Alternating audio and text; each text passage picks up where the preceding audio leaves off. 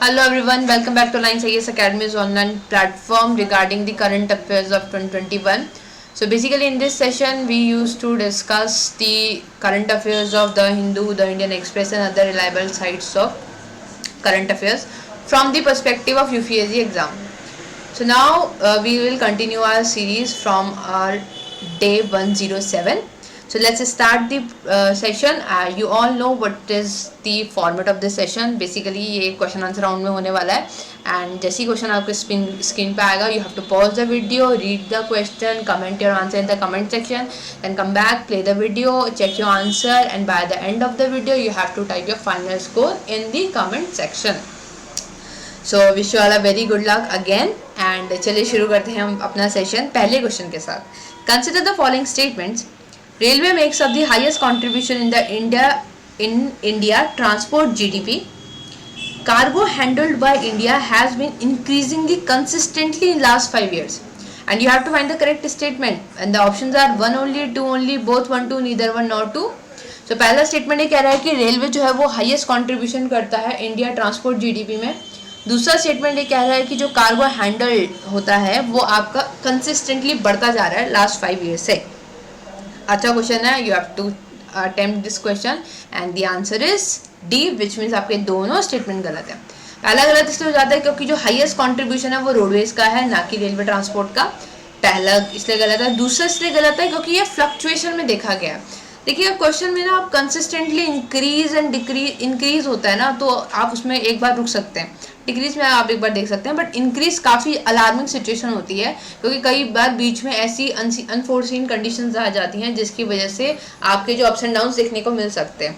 सो आपका दूसरा स्टेटमेंट गलत है. पहला स्टेटमेंट गलत इसलिए क्योंकि ये देखिए चार्ट, ग्रीन है आपका रेलवेज के लिए, ब्लू है आपका रोड ट्रांसपोर्ट के लिए, येलो है water transport and dark green है आपका air transport. So this is railways and this is road transport. So आप देख सकते हैं कि सबसे ज़्यादा कॉन्ट्रीब्यूशन आपका रोड ट्रांसपोर्ट का है. Then we are having this water transport and then air transport. फिर आपका एयर ट्रांसपोर्ट है, लास्ट में आपको वाटर ट्रांसपोर्ट देखने को मिल रहा है. Next question. Consider the following statement about aluminium industry in India. Most of them are located near the raw materials. Now they have adequate availability of energy source due to India becoming self-sufficient in coal since 2017. Cheap labor availability is the key to aluminium industries and your options are 1 only, 1 and 2 only, 1, 2 and 3 only, 1 and 3 only. So you have to find the correct statement about the aluminium industry and the answer is D which mean आपका 1 और 3 ठीक है, second गलत है. देखिए पहला इससे सही है क्योंकि एल्यूमिनियम जो है ये आपका ताकि कॉस्टिंग कम बढ़े इसलिए रॉ मटेरियल के बगल में ही इंडस्ट्री सेटअप करी जाती है. तीसरा इसलिए ठीक है क्योंकि cheap labour availability is a key to aluminium industry. जितना ज़्यादा चीप लेबर आपका अवेलेबल होगा उतना ज़्यादा आपका इसके लिए फ़ायदा है, ये ठीक है. दूसरा इसलिए गलत है क्योंकि ये कह रहा है कि हम इतने एडुकेट हो चुके हैं इस एनर्जी सोर्स में कि अब हम सेल्फ सफिशिएंट हो चुके हैं. किस में? कोल में. Now they have adequate availability of energy source due to India becoming self-sufficient in coal since 2017.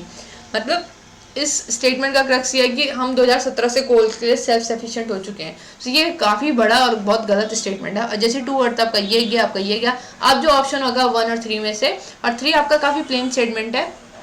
Labour availability तो बहुत इंपॉर्टेंट होती है.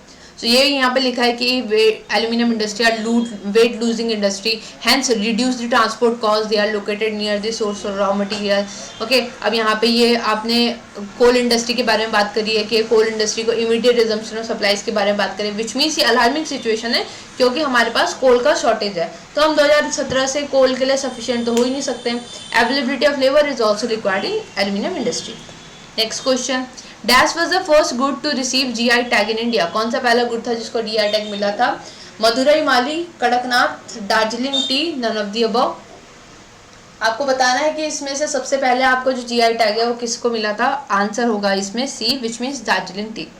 तो दार्जिलिंग टी को सबसे पहले आपका जीआई टैग मिला था. इंपॉर्टेंट है, geographical indication stands for GI stands for geographical indication. और दार्जिलिंग टी हमें 3 टाइप पे देखने को मिलती है, black Darjeeling T, white Darjeeling T, green Darjeeling T. जो आपकी वाइट टी होती है उसमें यूनिक एरोमा होती है, अलग फ्रेग्रेंस होती है, खुशबू अलग होती है उसकी. Both white as well as black tea are made from same leaf, दोनों सेम लीफ से बनती हैं. ओके, लेकिन आपका जो ब्लैक टी बनाने के लिए विथरिंग होती है उसको भी बहुत ज़्यादा सुखाना पड़ता है, ख़राब हो जाती है, ऑक्सीडेशन चाहिए होता है, लेकिन वाइट वाले में हमें इतना ज़्यादा नहीं देखने को मिलता है। इम्पॉर्टेंट है कि जो रजिस्टर्ड प्रॉपराइटर है आपका दार्जिलिंग टी का, वो है आपका tea board. Okay, next question, travel and tourism power ranking has been release by which of the following institution? UNDP, World Travel and Tourism Council, World Economic Forum, OECD, and your answer is B, which is world travel and tourism council. So India का इसका जो rank आया है वो 3rd number पे आया है। First number पे आपका USA है, दूसरे नंबर पे आपका चाइना है, तीसरे नंबर पे आपका इंडिया है 2019 की रैंकिंग के अकॉर्डिंग। और इंडिया यहाँ पे आपका 4 मेन इंडिकेटर देखे गए हैं, total contribution to GDP, visitors export, domestic spending and capital investment.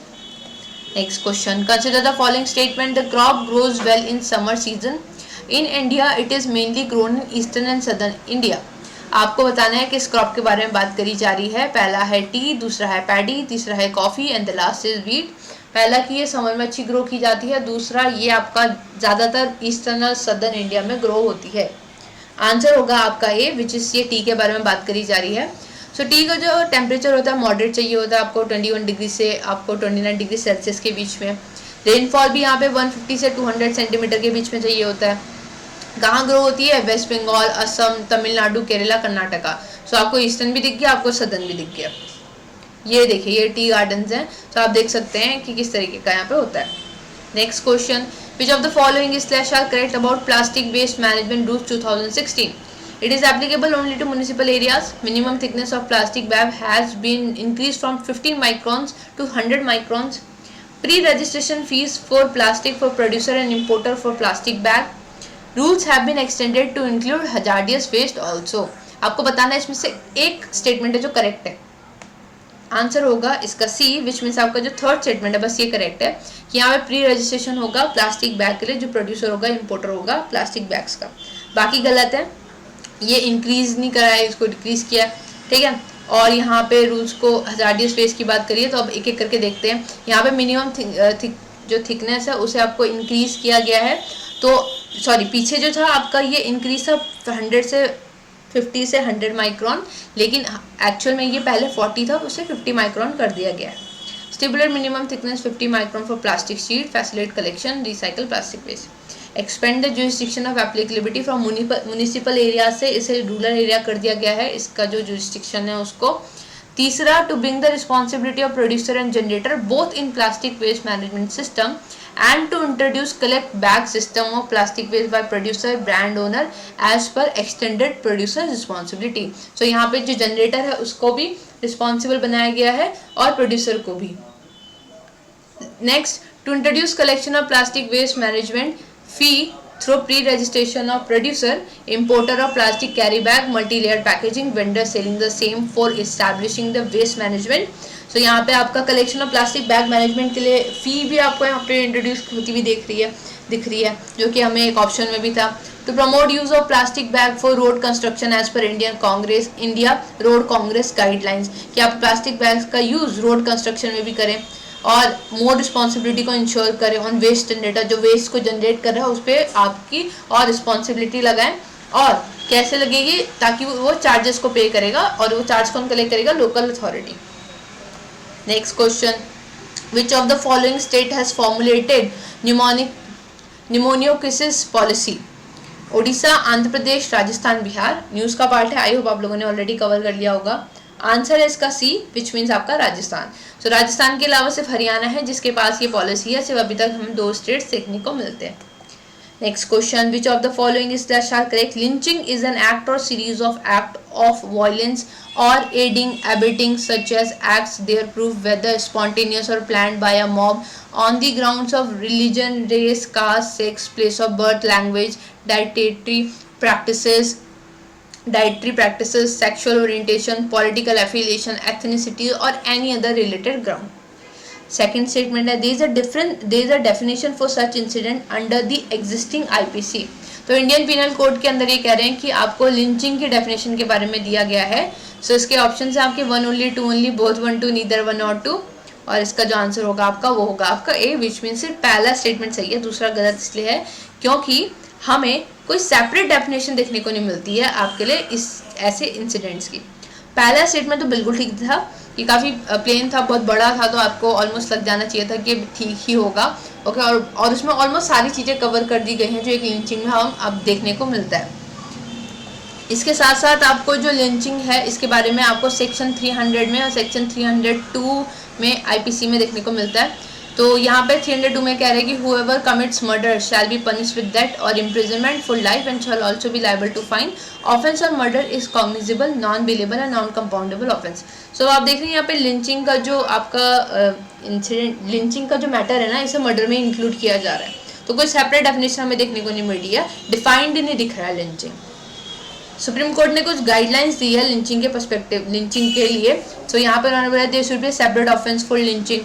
Trial courts must ordinarily award maximum sentence upon conviction of accused person to set a stern example in case of mob violence. So अगर कोई mob violence होता है तो एक ऐसा example set करे उस जो आपका अक्यूज है उसको कन्विक्शन प्रोवाइड करके। दूसरा, state government will have to designate a senior police officer in each district for taking measure to prevent incident of mob lynching. तीसरा है स्टेट गवर्नमेंट को आइडेंटिफाई भी करनी है डिस्ट्रिक्ट, सब डिवीजन, विलेजेस जहाँ पे आपको मॉब लिंचिंग या फिर मॉब वायलेंस हमें पास्ट ईयर्स में देखने को मिला है या फिर अभी कुछ टाइम में देखने को मिला है। नोडल ऑफिसर्स को आपको डीजीपी के अंदर आपको देखने को मिलेंगे यहाँ पे। Every police officer shall ensure disperse the mob that have tendency to cause violence in a disguise of vigilantes or otherwise. तो पहले मॉब को आप डिस्पर्स करने की कोशिश करेंगे, ये बात करी गई है। उसके अलावा central and state government shell broadcast on radio television about serious consequences despite measures taken by state police if it comes to notice to local police incident of mob lynching has jurisdictional police station shall immediately lodge FIR। यहाँ पे ये बहुत important है, ये कह रहे हैं कि अगर स्टेट पुलिस को पता चलता है तो ठीक है, बट अगर उनसे पहले लोकल पुलिस को भी पता चल रहा है तो सबसे पहले वो यहाँ पे they should immediately file a FRI, ठीक है, सॉरी FIR। तो यहाँ पे आपका ये बोला गया, तो इसे याद रखिएगा, ये लोकल पुलिस को भी यहाँ पे बोला कि आप ये करेंगे। ये सब सुप्रीम कोर्ट की गाइडलाइंस है। State government shell prepare a lynching mob violence victim compensation scheme in the light of provision of section 357A of CRPC।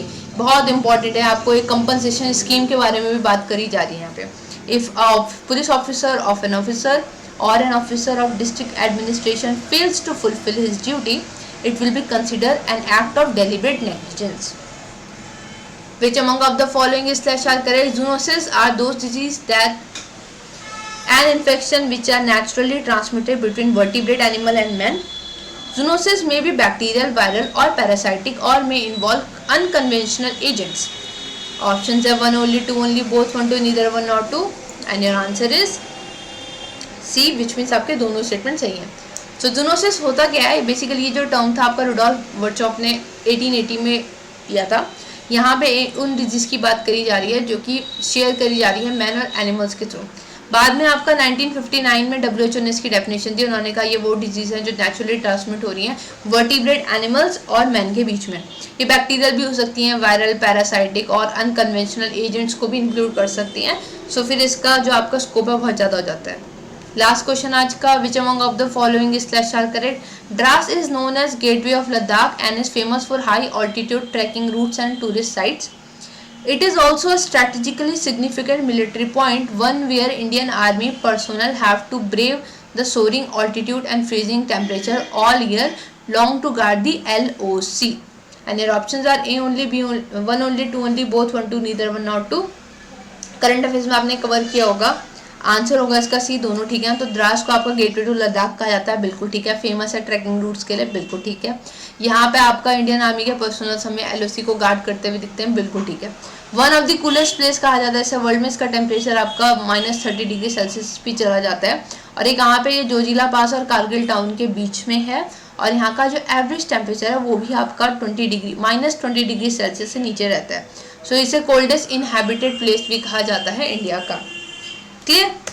So with this let's conclude today's session. I hope आप लोगों ने अच्छे से perform किया होगा। अपना final score लिखना मत भूलिएगा। Thank you so much.